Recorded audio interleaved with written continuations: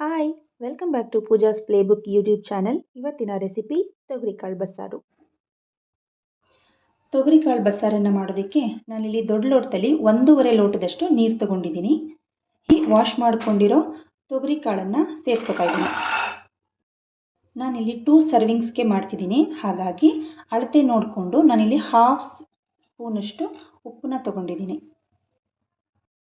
ಉಪ್ಪು ಹಾಕಿಬಿಟ್ಟು lid close ಮಾಡಿ 1-2 ವಿಷಲ್ ಕೂಗಿಸ್ಕೊಳ್ಳೋಣ.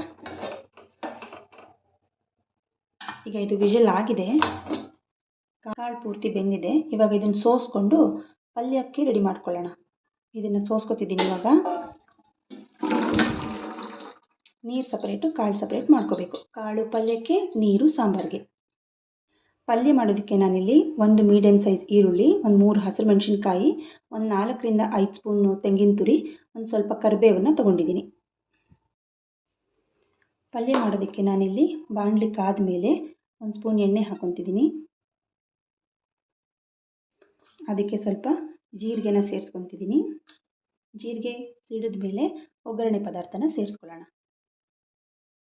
ಈಗ ಒಂದಾದ್ಮೇಲೆ ಒಂದು ಒಗ್ಗರಣೆ ಪದಾರ್ಥನ ಹಾಕೊಳ್ಳೋಣ. ಕರಿಬೇವು, ಹಸಿರು ಮೆಣಸಿನ್ಕಾಯಿ, ಈರುಳ್ಳಿ. ಇದಕ್ಕೆ ಸ್ವಲ್ಪ ಉಪ್ಪನ್ನು ಸೇರಿಸ್ಕೊಂಡು ಫ್ರೈ ಮಾಡ್ಕೊಳ್ಳೋಣ.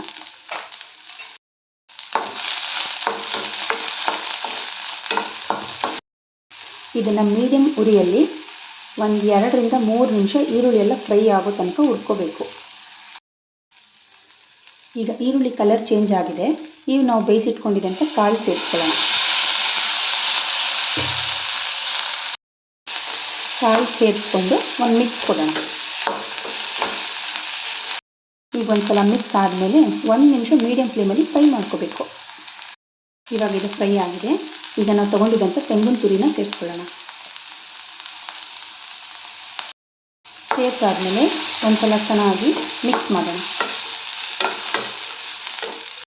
ಹೀಗೆ ಮಿಕ್ಸ್ ಮಾಡಿ ಒಂದು ಮೀಡಿಯಮ್ ಫ್ಲೇಮಲ್ಲಿ 1-2 ನಿಮಿಷ ಫ್ರೈ ಮಾಡಿಕೊಂಡ್ರೆ ಪಲ್ಯ ರೆಡಿಯಾಗುತ್ತೆ. ಈಗ ನೀರೆಲ್ಲ ಹೀರಿಕೊಂಡು ಪಲ್ಯ ರೆಡಿಯಾಗಿದೆ.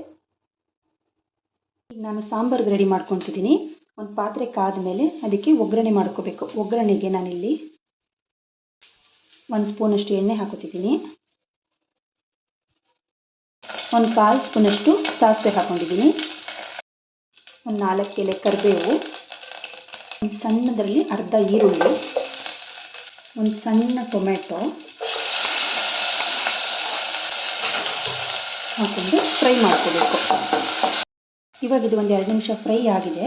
ಇವಾಗ ನಾವು ಕಾಳು ಬೇಯಿಸಿದಂಥ ನೀರನ್ನು ಸೇರಿಸ್ಕೊಳ್ಳೋಣ.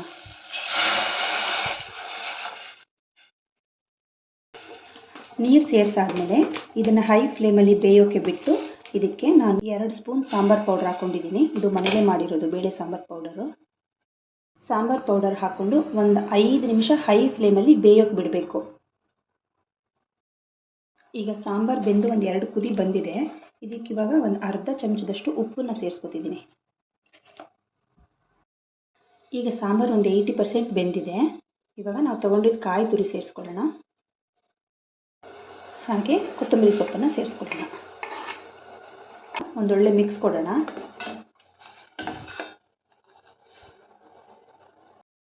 ಸಾಂಬಾರೆಲ್ಲ ಬೆಂದು ಒಳ್ಳೆ ಘಮ ಬರ್ತಾ ಇದೆ ಅಂತಂದರೆ ಸಾಂಬಾರು ರೆಡಿಯಾಗಿದೆ ಅಂತ ಅರ್ಥ. ಇದಾಗಿತ್ತು ಇವತ್ತಿನ ರೆಸಿಪಿ.